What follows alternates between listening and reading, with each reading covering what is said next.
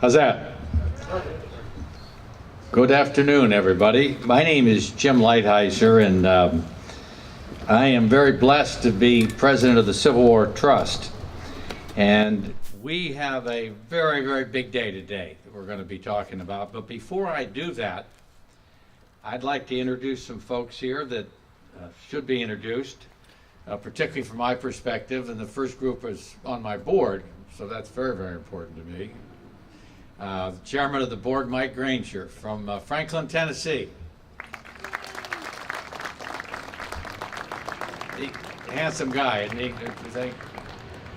Also on the board is Bill Vodra from Washington, D.C., Northern Virginia. And William Hupp from Chicago, Illinois. Where's Bill? Right there. Bill Hupp.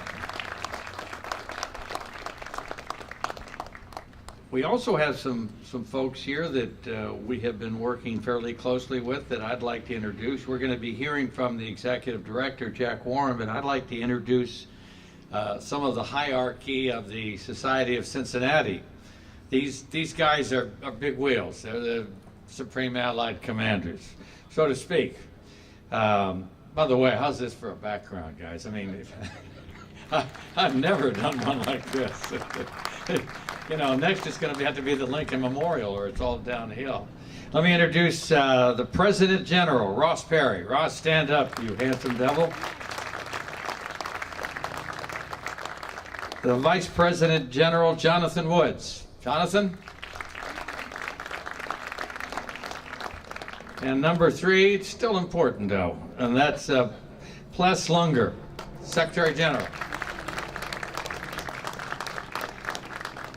We also, listen, I'm a recovering politician, so I'm very mindful or sensitive to people that hold elected office. You're going to be hearing from at least one of these people, but let me introduce them to you anyway. That's the mayor of the municipality of Princeton, Liz Lempert. Where's Liz? There she is. And State Senator Kip Bateman. Where is he? Come on, where is he? He's coming back. Tell him he missed it. I'd also like to thank the Honor Guard for making this a special occasion and added something very extra to it. Let me tell you why I think this is a big day.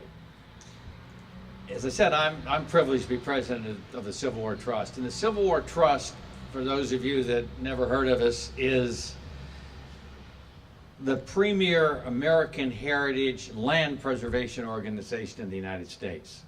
We have over 50,000 dues-paying members, over 200,000 supporters. So we're a pretty good sized organization, but what's far more important than the size of the organization is what we as an organization in 15 years have been able to accomplish. We have saved over 41,000 acres of American Civil War battlefield. That's a, thank you. That is a, I guess I'm bragging, but that's a hell of an accomplishment by any definition. And the credit goes to our members, because they're the ones that paid for it. And that's been our specialty. And one of the reasons we've been so good at that, and by the way, no private sector organization, to my knowledge, in American history has ever saved that much American heritage land, ever. One of the reasons we've been so good is that we stay on our mission. We're tightly focused. We do not deviate. We don't do historic Civil War places. We don't do historic Civil War roads. We don't do cemeteries. As worthwhile as those are, we stick to battlefields. And that, I believe, is why one of the reasons why we've enjoyed our success. But very recently, we decided we better change our mission. And we wanted to change, and we are announcing today the changing of our mission from the Civil War battlefields to also include Revolutionary War battlefields and War of 1812 battlefields. Now, why do that? Thank you. Why do that? It's a good question. A lot of our members asked, a lot of our board members asked. And there's a number of reasons. first and foremost, it's the right thing to do. Nobody else is doing it. And this important, crucial, arguably most important part of our American heritage is disappearing from the landscape. The battlefields where our freedom was won, and then later where our country was affirmed, the War of 1812. So first, it's the right thing to do. Second, we were asked to do it. Our number one partner is the National Park Service. We work very, very closely with them, have for the 15 years that we've been in existence. And they came to us, and they said, nobody else out there will do this. It needs to be done. It's crucial that it be done. And they asked us to do it. And when your number one partner, when your closest collaborator on saving battlefields, Civil War battlefields, asks you to do something, particularly when they have some funding, you do it. You certainly consider it, and we did consider it. And as I said, we've decided to do it.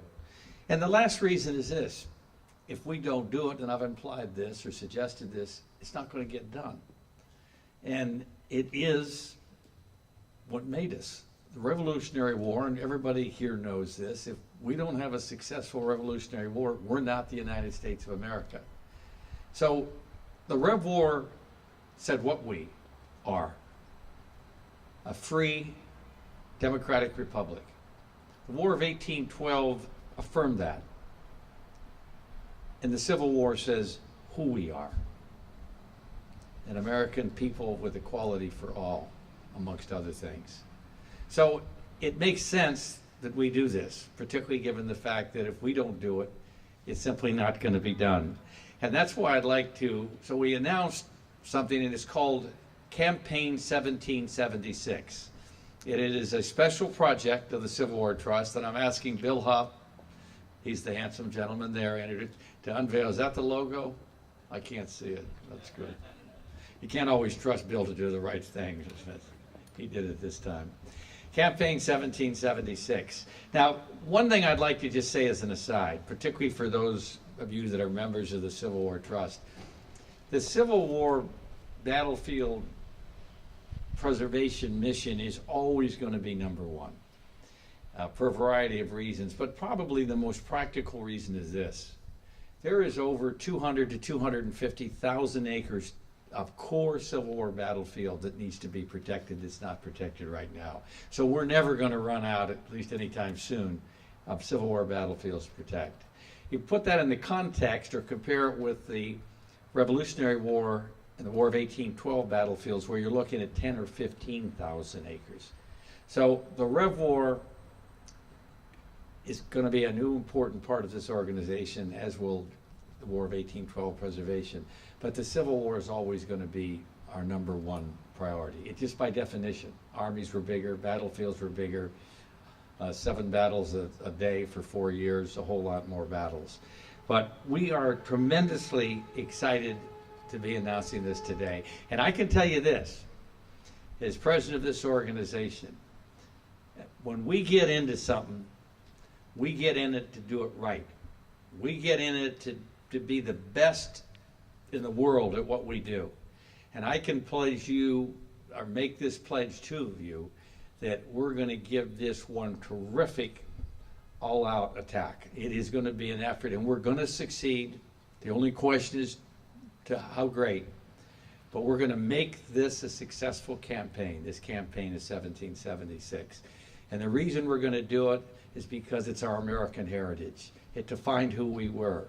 And if future generations don't learn that, and there is no better place, no better than these outdoor classrooms that we have preserved and are going to preserve than those battlefields, because they tell the story of America. And to paraphrase, or to quote David McCullough, history is who we are and why we are the way we are.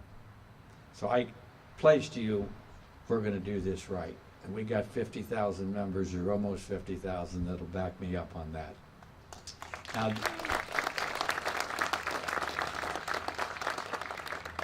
the next person I'm going to introduce, or I am introducing, is the executive director of the Society of Cincinnati, Jack Warren. Jack Warren, unlike me, who is a student of history, Jack is a trained historian. But as I said, he's also executive director of the Society of Cincinnati, their first full-time executive director. I don't know these guys very well, but they're clearly deliberate. I mean, the society was started in 1783, and it was only about 10 years ago that they got their first full-time executive director, so they don't rush into things. And with that, let me introduce my friend, a member of the Civil War Trust, a great historian and the executive director of the Society of Cincinnati, Jack Warren. Come on up.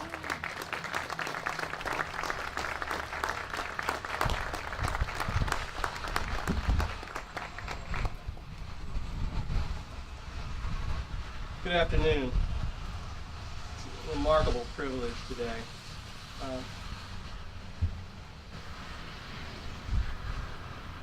Every day we look out through the windshields of our car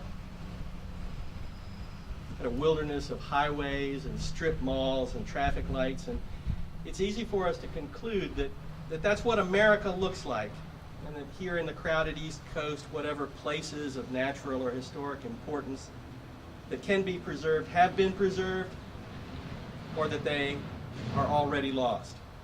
And nothing could be further from the truth. Beyond the highways and the strip malls, some of our great historic places survive. They survive substantially as they were 150 and 250 years ago when the great and terrible events of our Revolution and our Civil War took place. And in far, far, far too many cases, those places remain unprotected. That's a message all of you know. It's a message that millions of Americans are unaware of. A few weeks ago, I had the remarkable privilege to visit a battlefield of the Civil War with Jim and with members of the Civil War Trust team. It was a battlefield of Grant's campaign against Richmond, tucked into a bend in the North Anna River, a short distance from Richmond, 7-8 miles off of I-95, the most heavily trafficked highway in North America. But there, remarkably, the passage of 150 years had changed very little. The river crossings, the steep bank, the trenches, the gun emplacements, the field where the Army of Northern Virginia and the Army of the Potomac grappled on a summer day in 1864, they look substantially like they looked when the armies left there. That place was at risk, but now that place has been saved. It's been saved by the Civil War Trust, as the Civil War Trust has saved dozens of such places over the last generation. At such places, anyone with a little imagination and just a little bit of education can conjure up the past. A child can do it. Give them a chance and they can imagine it better than most of us. Trust me. Take a child to Little Round Top at Gettysburg, or to stand behind the sunken road at Fredericksburg, to the banks of the Delaware where the Continental Army crossed to reach Trenton and then Princeton. Let her climb on the cannons, peer over that sunken road, dip his hand in the cold waters of the Delaware River. Give them a chance to walk on the battleground here at Princeton, on the land where Washington won his first victory over the British in the open field, land that is now threatened with desecration. Give them a chance to reflect on our nation's past and to get in touch, really in touch, physically in touch, with our nation's remarkable history, on the very ground where that history was made. It's a history that belongs to all of them. It's the shared story of our country, the story of a struggle that created a nation that's dedicated to promoting liberty and opportunity for everyone. First such nation in the modern history of the world, a country not dedicated to the interests of kings or princes or aristocrats, but of ordinary people.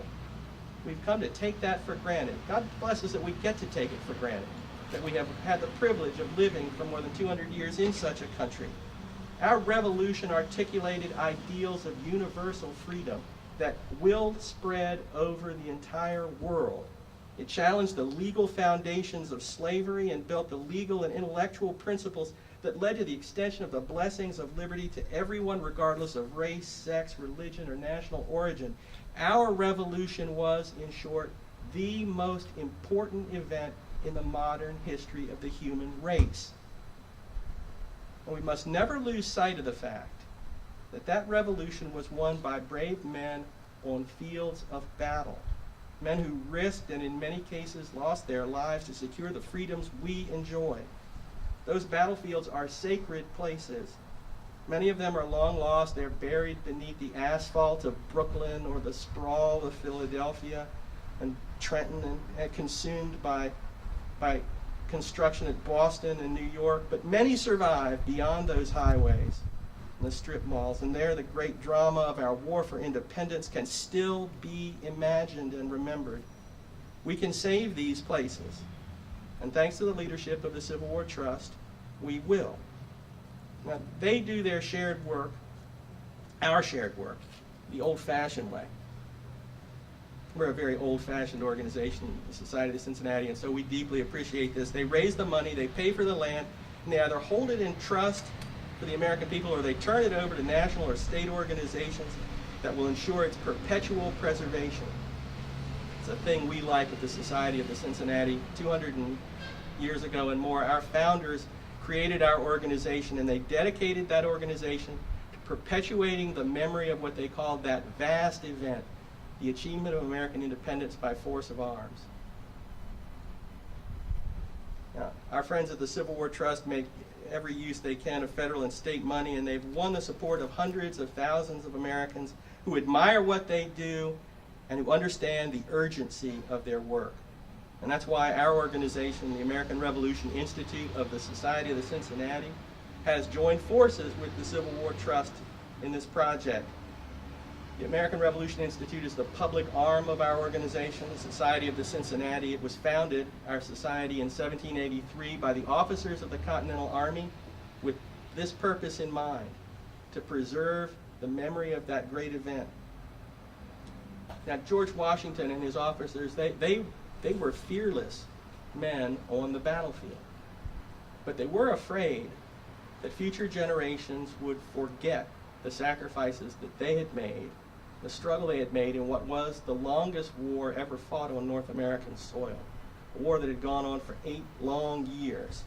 Our organization is dedicated to the kind of work to which we are dedicating ourselves to here today. We can save these battlefields where our independence was won, but we have to do it now. I can't underscore that heavily enough.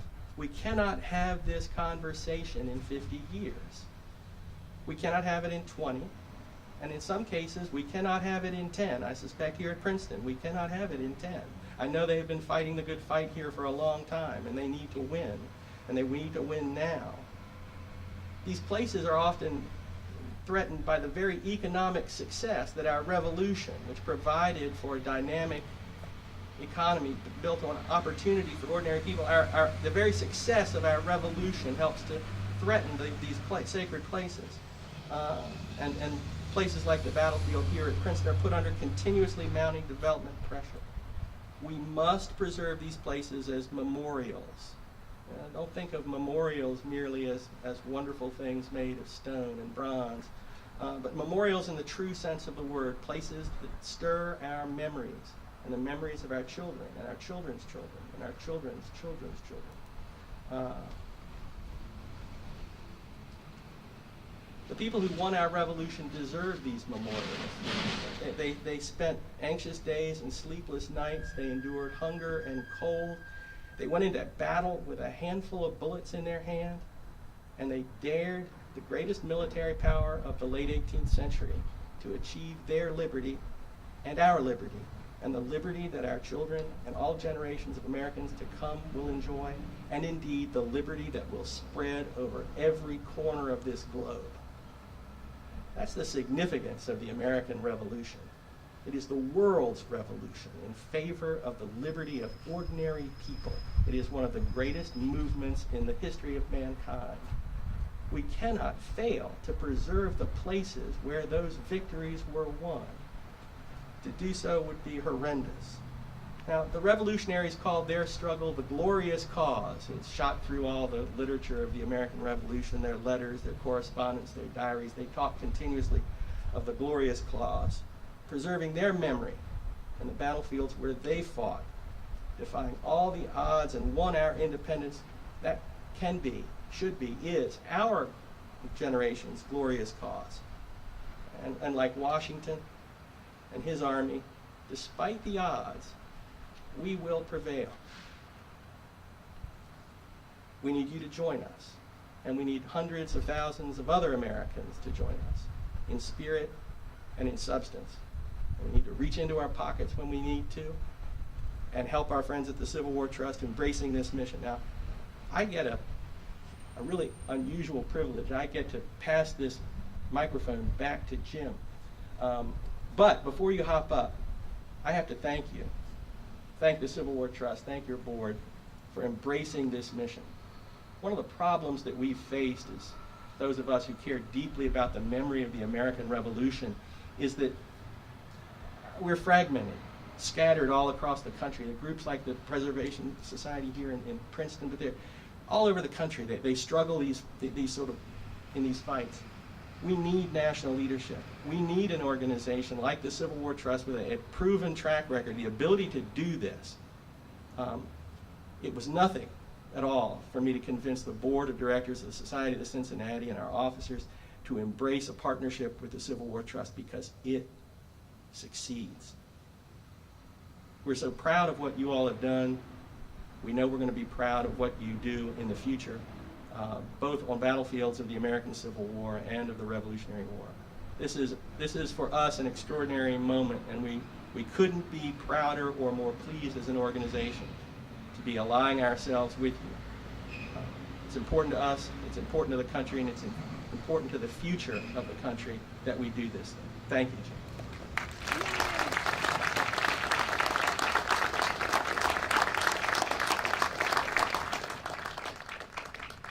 Thank you, Jack. Now, one of the ways, the primary way we do what we do is through money. And one of the ways we raise money is we have different societies, different gradations of giving. And we have one that I'd like to give to Jack Warren. It's called an honorary founding member, 1776 campaign. There's a letter from me, you can read it later. More importantly is the card. Jack made a significant contribution to this cause out of his own pocket. I won't tell you the amount, but I can tell you he really can't afford it. I know what he makes. But Jack, thank you very much. Here's your card, my friend. Thank you very much.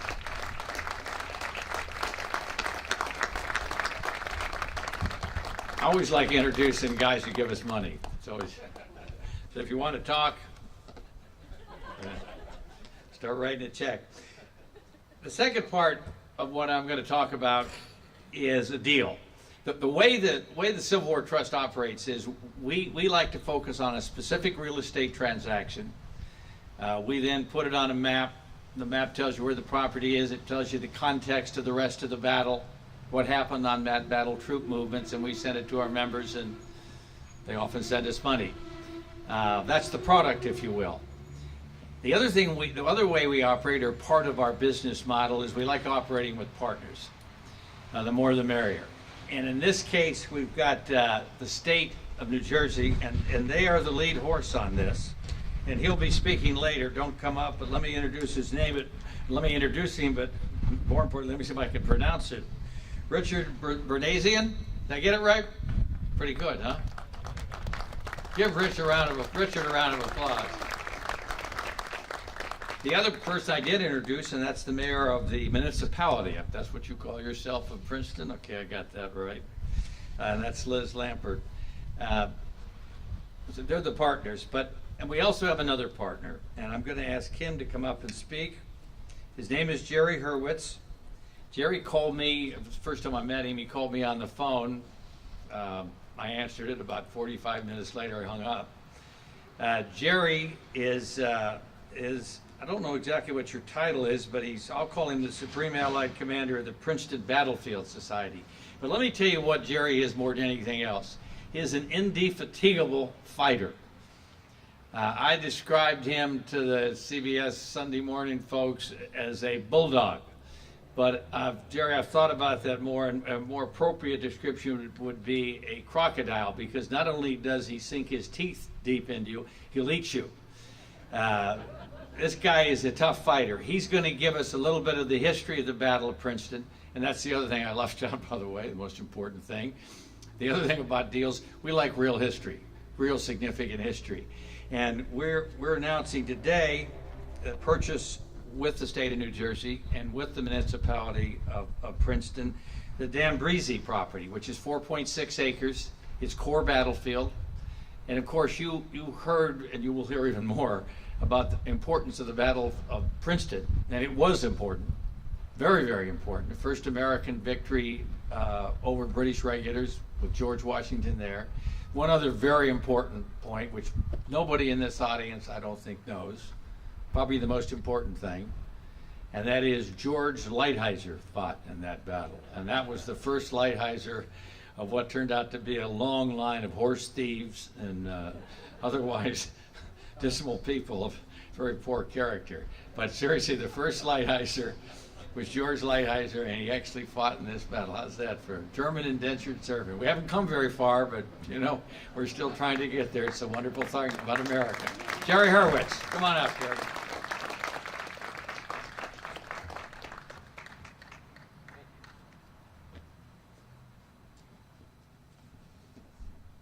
Thank you, Jim, and thank you for everyone else that is here for coming to this on this occasion for the alliance of our organization, the Princeton Battlefield Area Preservation Society, with the Civil War Trust. I've been a member of the Civil War Trust since about 1989, and they're a tremendous organization. As I said, they've already told you, I mean, how much acreage they've acquired and preserved. And I went to Jim when, you know, we first were encountering our fight with the Institute over the housing development to ask him his advice on how to save the field where Washington's counterattack took place, sort of the critical site in the battle when Washington launched a counterattack which swept the field. This was, you might say, the Pickett's charge of Princeton, except in this instance, Pickett won. You know, Washington won, he drove the British off the field. So you really can't get a more important section of the battlefield to preserve and save, the heart of the Princeton battlefield.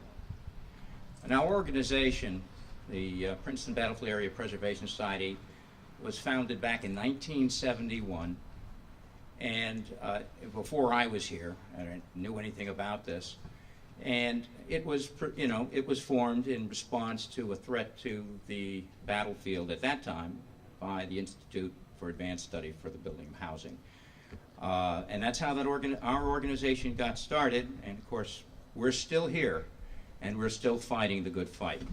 Oops. Okay, but. You know, and by the way, this past Thursday, the Princeton Planning Board determined that the battlefield is not a historic site because it's not in a historic zone, so therefore it is not a historic site. Well, I'm going to disprove that. Why it's so important to save. It is Washington's. It's a seminal event in American history. With this brilliant victory at Princeton, Washington transformed the American Revolution and put the cause of American independence on the road to victory. Now, you have to understand the background to find out why. This was his first victory over British regulars. Up until this time, Washington was known for running from the British Army, staying one step ahead. He was known for great retreats, like the retreat from Brooklyn. But you know, he didn't have a great reputation when it came to winning battles. Well, the first step in that was, of course, his victory at Trenton in December 26th, and where he defeated and captured a Hessian brigade at Trenton and brought them back. Well, the British never thought much of Washington. They were surprised, obviously, but they knew how to spin. And the story was, well, you know, Washington won because he was up against the second team, the Hessians. And they were drunk to boot, and, you know, they just weren't paying attention when it was not true at all. You know, they did anything they could to denigrate Washington's reputation, and the Continental Army for that matter. So Washington came back across the Delaware after bringing his prisoners over to the Philadelphia side, and he put his army in Trenton in harm's way and basically invited the British to come after him. He was gathering troops and supplies, and he was also sending out scouting parties, and one of the scouting parties came here towards Princeton and got some very valuable information about the defenses of Princeton and the location of the back road in Princeton. And I guess he kept this in the back of his mind. So, and he also learned from this intelligence that the British were about to attack him in Trenton by marching down from Princeton. Princeton was their principal, was the principal location of their army in New Jersey. And to bring overwhelming force and finally get rid of this pest, defeat him. And they did. They had a running battle going down 206. I got to Trenton. And Washington was smart. He sent out a brigade to delay the British from getting into Trenton too early. He wanted them to get there when it was too late for them to really fight a full-scale battle. And he was successful in that. The British did attempt to take the bridges, but they failed.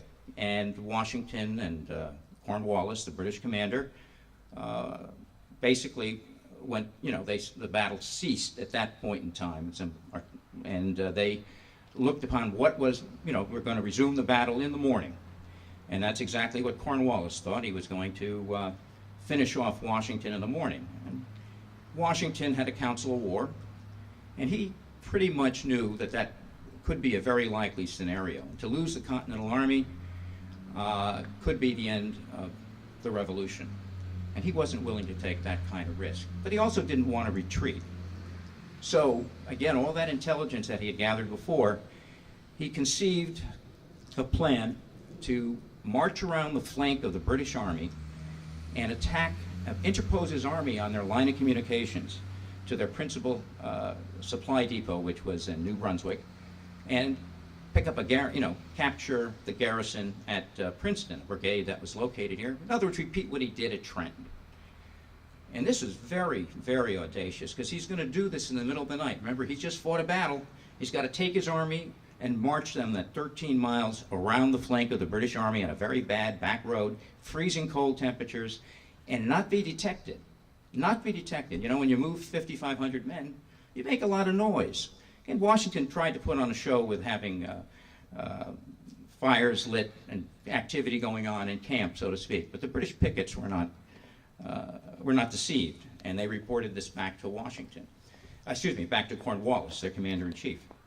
Now, again, this to me, I say that this is Washington's Stonewall Jackson Lee, Robert E. Lee minute, Chancellorsville. This is where he has is conceived of this march around the flank of the British Army, just like Lee did and Stonewall Jackson did at Chancellorsville. Of course, this is 86 years before that, and to strike at the rear. Now, the British saw the movement.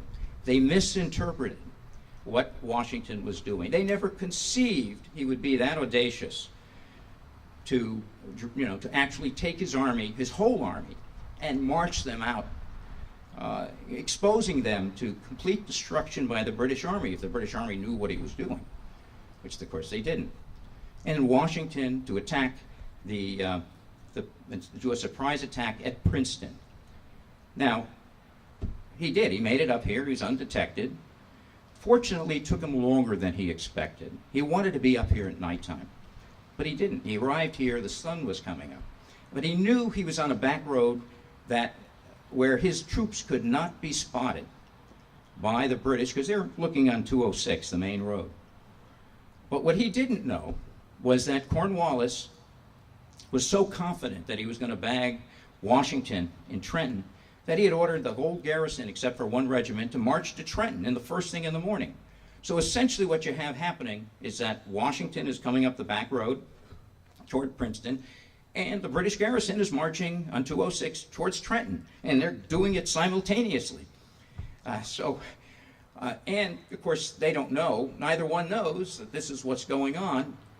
And there was only one place where they could see each other, and that was on Cochrane's Hill, on the other side of the Stony Brook, on 206, where some light cavalry of the British looked back and saw the glint of the sun on Washington's muskets, on the muskets of the men, and knew something. There are men marching back there. We don't know who they are, but it could be an attack on Princeton. But they never dreamed it was Washington's whole army. So the British turned around, got the garrison up, but they knew they couldn't make it into Princeton, and they decided to strike at the column that was on that back road. And they had to go over this ridge, which is pretty much right, it's to the west of Mercer Road. And so it's a blind spot. Americans can't see, and the British can't see until they ran into each other on a hill, which is outside of the state park, unfortunately, and housing is built on it. It's one of the areas of the battlefield that we lost. But Hugh Mercer was leading the British brigade, and they ran into the British, and they were mostly riflemen, and they did a good job on killing a lot of British on that line. But the British had bayonets, and the Americans didn't. And when you're 40 yards away, the best way to take care of riflemen is with a bayonet charge. And that's what they did. And they broke the American line and came pouring through when they unhorsed General Mercer and bayoneted him, and then continued. They were continuing their attack, and the next brigade in line, the weakest brigade, you could say, in terms of training, these were the troops bringing up the rear, Cadwallader's brigade from Philadelphia, militia. And they'd never fired a shot in anger before. And here they see the veterans of Mercer's brigade running, and they fire one volley and then run.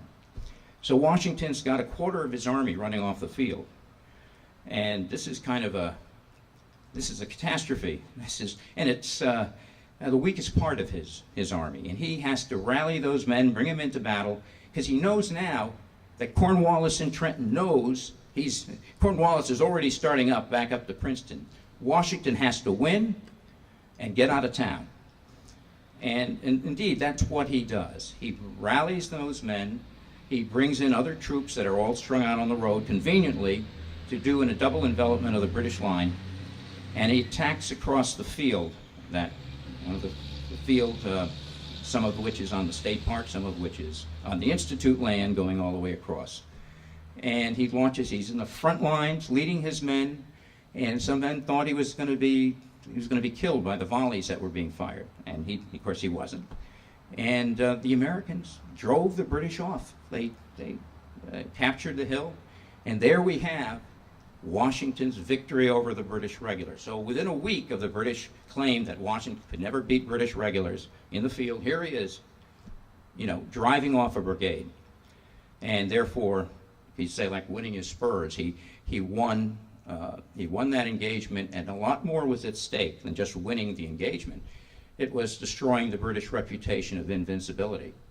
And Washington now is feared. Now, Cornwallis, to tell you about the psychology that was changed by this battle, Washington now is 12 miles closer to New Brunswick. New Brunswick has the British payroll, 70,000 pounds. It's guarded by 100 men, which is like nothing. If Washington can get to New Brunswick, he's really damaged the British cause. And he would capture the hard currency that the Americans had been lacking. This was a brilliant, brilliant move on Washington's part. Unfortunately, he didn't think he was going to have to fight a hard-pitched battle that he did at Princeton. His men did not have the energy to continue on with the British, following up, that they go on to capture New Brunswick. And therefore, they went up into the Watchung Mountains and Morristown to refit. But Cornwallis, he was more interested in protecting New Brunswick than he was in destroying Washington. He got to make a beeline to New Brunswick. So automatically here, the psychology has already changed on this. Now Washington is respected. He's going to come out of the mountains, out of Watchungs, and pick off another garrison. So he's a threat, and the American soldiers are a threat now. And the militia is encouraged, and the New Jersey militia ambushes the convoys, ambushes the foraging parties. They can't supply the outposts, and the British pull in all their outposts to New Brunswick, and then ultimately leave the state. So Washington has liberated the state of New Jersey from British occupation. You know, it was just the as I said, he humiliated the British at the same time. Here he is. I mean, this was dramatic. It was brilliant in concept, and it changed the revolution. You know, we were at the lowest point at the time that this campaign started. So, anyways, that's why it's well deserving of being protected. The battlefield, all the core areas of the battlefield, and we look forward, I guess, to our partnership with the Civil War Trust. This being the first step, but I know what they can do. I'm a member, and you know, they're going to be helping us with some archaeology we hope to do on the D'Ambrisi property. You know, there's a colonnade on the park, which and right by it is a gravesite. Now, the bodies are not under the gravesite. It simply says the bodies are buried somewhere in the vicinity. And it was wintertime when the battle took place. The ground was hard. And the story is that the bodies were disposed of in a quarry. I mean, that's what you would do. I mean, no one's going to try to break their back trying to, you know, dig through the frozen ground. And that property, the D'Ambrisi property, it's rumored that the bodies are there. Supposedly buried under the cabana, but that's, but anyway, so we hope to find out where those bodies are, and there's a very good chance if you go to that D'Ambrisi property is it's very steep. It slopes and goes down to 206. And we also know that, of course, this was a section of land which quite likely British, you know, in fact, almost assuredly retreated when they were being attacked. So we thank the Civil War Trust for joining us, and we look forward to further projects with the Civil War Trust. And I'd like to introduce Liz Lempert.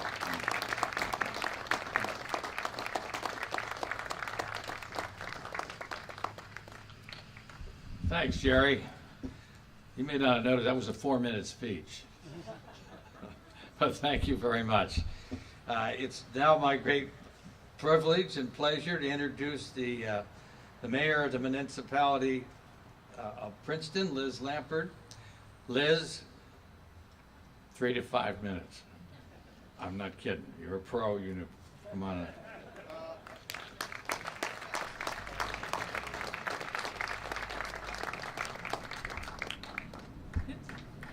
Good afternoon. My name is Liz Lempert, and I have the honor of serving as the mayor of beautiful and historic town of Princeton. I wanted to recognize a few of my colleagues who are here today. Councilwoman Jenny Crummiller and Council President Bernie Miller are here. Thank you. And also our administrator, Mark DeShield, and engineer, Bob Kaiser. And Bob has been instrumental in this land acquisition, so thank you. So just up the road that way, the American colonial army under the leadership of General George Washington, as we just heard, successfully fought the British in the Battle of Princeton. And towards the end of that battle, a group of British soldiers took refuge in Nassau Hall down the street that way. The colonists under the command of Alexander Hamilton blasted away at the building. Actually, you can still see a dent from one of the cannonballs on the side of Nassau Hall. They broke down the front door, whereupon the British surrendered. And we can see the battle depicted on the monument behind us. Princeton is a historic place. We have been home to 2 U.S. presidents, Grover Cleveland and Woodrow Wilson. And it seems that wherever you go in town, it's likely that someone who has left a mark on our nation, if not the world, has walked in that same spot, stepped where you're stepping, in some cases rested under a tree that stands there today. Whether that's General George Washington, Paul Robeson, Upton Sinclair, F. Scott Fitzgerald, Grover Cleveland, Woodrow Wilson, Kurt Gödel, Niels Bohr, Albert Einstein, and countless others. We all know that reading about a battle in a textbook is one thing, but standing in a battlefield is a completely different experience. It helps us to envision the events that transpired there. It connects us in a physical way, and it brings a whole new level of understanding to history. Given the importance of Princeton's role in the Revolutionary War, we know that tourists come here to learn more, and we recognize our obligation to preserve, protect, and promote our national heritage. As proud stewards of these historic sites, we understand this is beneficial to us as well. Tourism helps bring business to our shops, helps to keep our downtown busy and vibrant, and adds to the economic health of our entire region. We owe a debt of gratitude to those who came before us with the foresight to preserve Princeton's historic sites so that we are able to experience them today. And I want to give personal thanks to everybody who is continuing that effort today. The fact that so many sites around the country were not preserved makes the spots we still have even more precious, and our efforts to protect, preserve, and enhance them even more important. The municipality of Princeton does not have the resources to do this entirely by ourselves, and so we're extremely grateful to the partners that we have, the state, the county, the Battlefield Society, and now the Civil War Trust. And I want to thank you for choosing Princeton to start with in making this announcement today. One thing Princeton has historically been and continues to be is we love to be first. And I also want to personally thank Kip Cherry. As everybody knows, you need to have a strong, passionate advocate in your local community to make things happen. And on historic preservation, Kip is certainly one of those people and was really instrumental in the Dan Breezy acquisition. So thank you for having a dream and helping see it through. And I want to thank all of you for coming here today and for showing your support for these efforts. We're blessed to live in a community that has such a rich, deep history, in large part because of the remarkable people who've made Princeton their home over the centuries. And we're fortunate that that's a legacy that continues today. Princeton has been the site not just of battles, but of significant scientific inventions, discoveries, and revolutionary ideas that continue to change the world and our understanding of it. And by honoring and preserving the land that was the site to key moments of Princeton's past and our nation's past, we inspire ourselves to reach for greatness and to continue making history today. So thank you very much.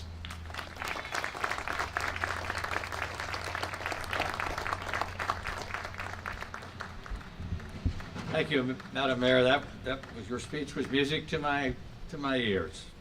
Tourism, historic preservation. By the way, the mayor asked me to make an announcement immediately after this. There's going to be free liquor, spirits, in the library. So the sooner we get started, right, Madam Mayor, the better. And that's a wonderful gesture on your part. We've never had it before, so thank you very much. The last 4 times I've come up here, there's a guy I wanted to introduce, and I keep forgetting, and that's the executive director of the Museum of the American Revolution, Mike Quinn. Where's Mike? There's Mike right there. Mike, they are, as we speak, pouring the foundation for that in Philadelphia. That's going to be something special. The last, but in almost every situation, the most important speaker is Richard Boornazian, and he is the man with the money. He is from the state of New Jersey. He will be bringing the largest check to this endeavor. Richard, would you come up and grace us with your presence, sir? Thank you.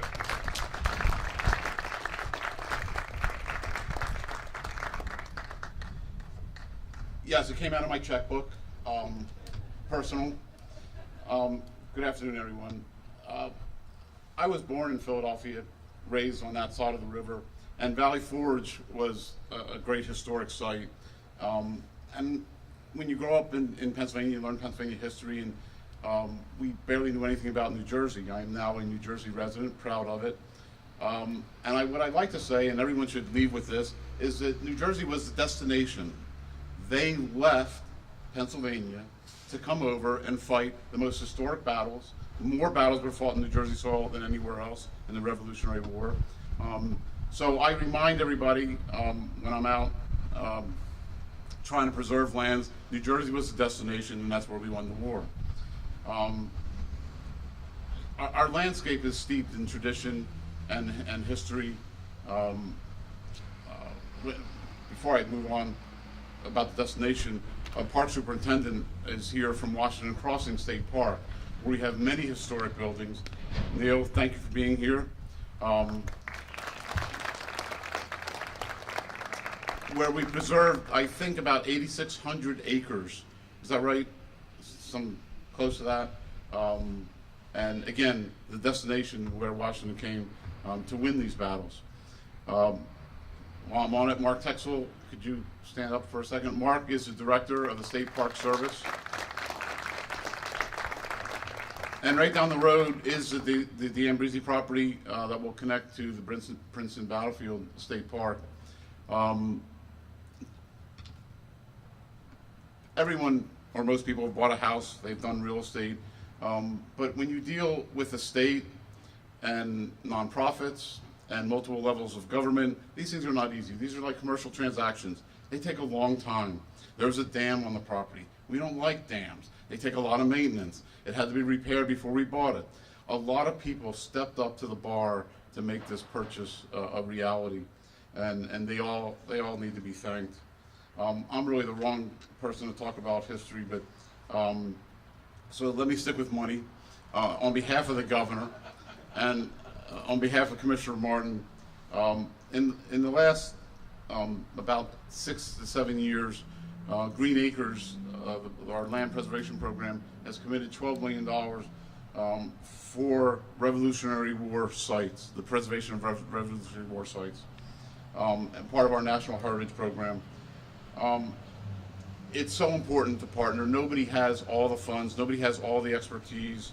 I'm privileged to oversee what I think are the greatest state workers in the state. They are passionate about their mission. We are passionate about preserving land. I hope you got to see some of the open space. We have about 1.4 million acres in some sort of preservation across the state. The state's about 4.8 million acres in total land. So if you don't know this, we're the most populated state. There's not much left. A few years ago, we wrote a strategic plan, and we're trying to figure out how much land is enough, but we're not done yet. And let's not forget to thank the voters of New Jersey. They have voted in 13 successful Bond Act measures that give us the money to spend on land preservation. And so year after year after year, most recent 2009 Bond Act, $400 million committed to land preservation and farmland preservation. So really, that's where the credit goes to the voters of New Jersey. Thanks.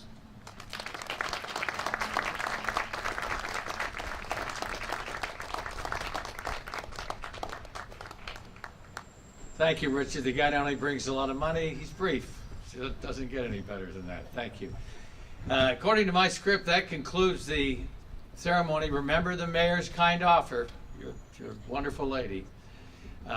So thank you all very much for coming. The last thing I'll leave you with is what I said near the start, and that is the Civil War Trust is heart attack serious about getting into the Rev War and the War of 1812 battlefield preservation business, and we're going to be successful, and this is the start. It started here. Thank you.